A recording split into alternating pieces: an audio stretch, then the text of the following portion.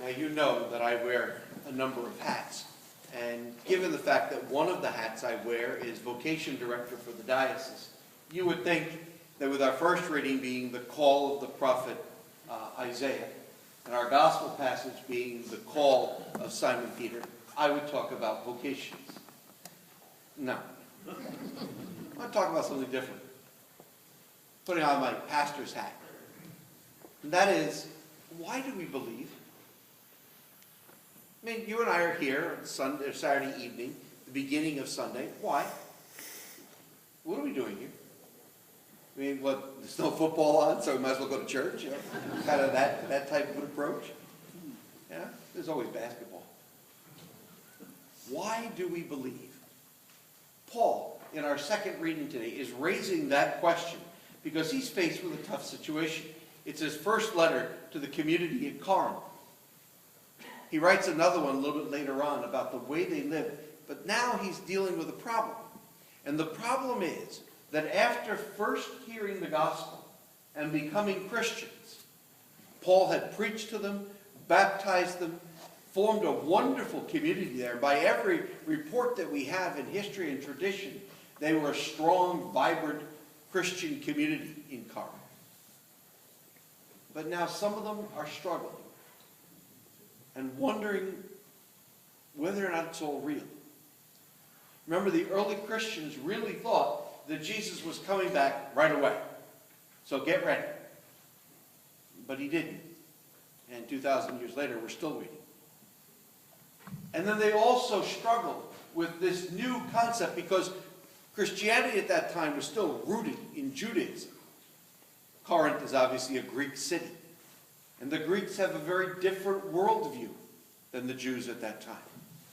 How do you bring the two together? And they're wondering, is any of it real? And Paul picks up and he writes to them. And he says, I'm reminding you, brothers and sisters, of the gospel I preached to you. And then he goes on and identifies the items. He said, I handed on to you as of first importance what I received.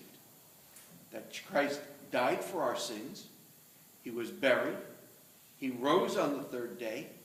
He appeared to Cephas, Peter, with the 12, and then again to 500 more. That there was this command to preach the good news. Paul wrestles with this question with the early Christians, and I think it's a good thing for us to wrestle with this right now. Because in a couple of days, we're going to open Lent. In a couple of days, Wednesday of this week is Ash Wednesday.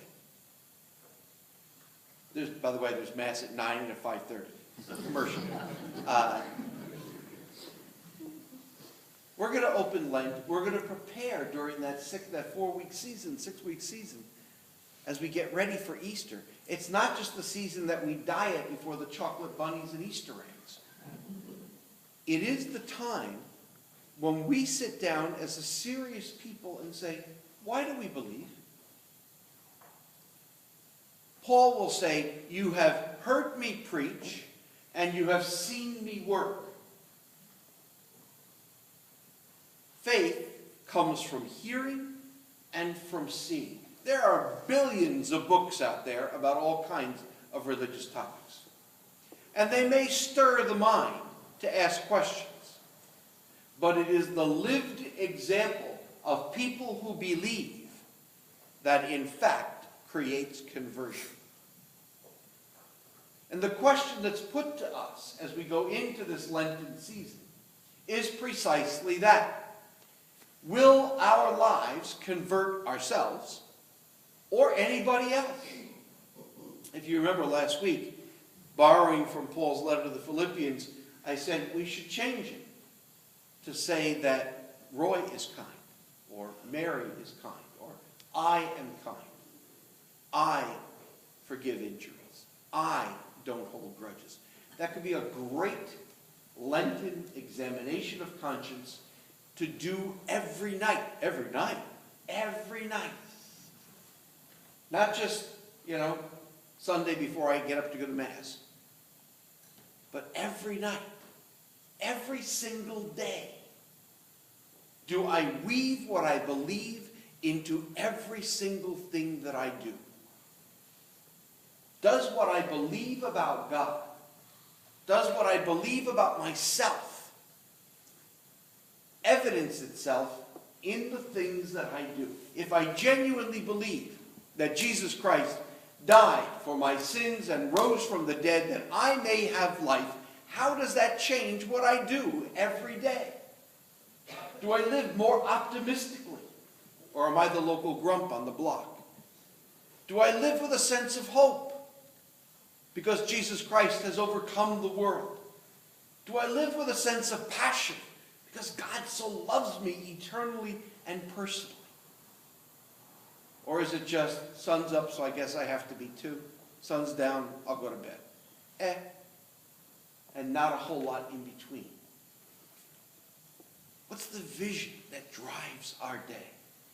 And I think the gospel passage gives us a clue in doing that. We have the scene, we all know the scene. You know, Jesus is preaching from the shore, or from the boats, and he turns to Peter and he says, "Duc in altum," lead out, set out into the deep. That's a great statement.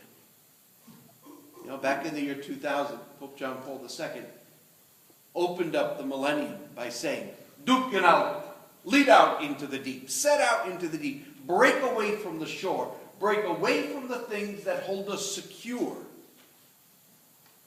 and reach out into new possibilities in our lives. Reach out, break away, go where you haven't gone before, test the new waters of your faith. We get up and we do the same thing day in, day out. Every now and then we get a little wild and change the color of our socks, you know? Day in, day out. Duc in altum. Lead out into the deep. Set out into the deep. Go deeper. And ask yourself those questions. Every single day, how does what I believe make a difference in my life? So that I don't end up like the Christians at Corinth, wondering, why do I believe? I know why I believe. Because I've heard it, I've seen it, and so I've done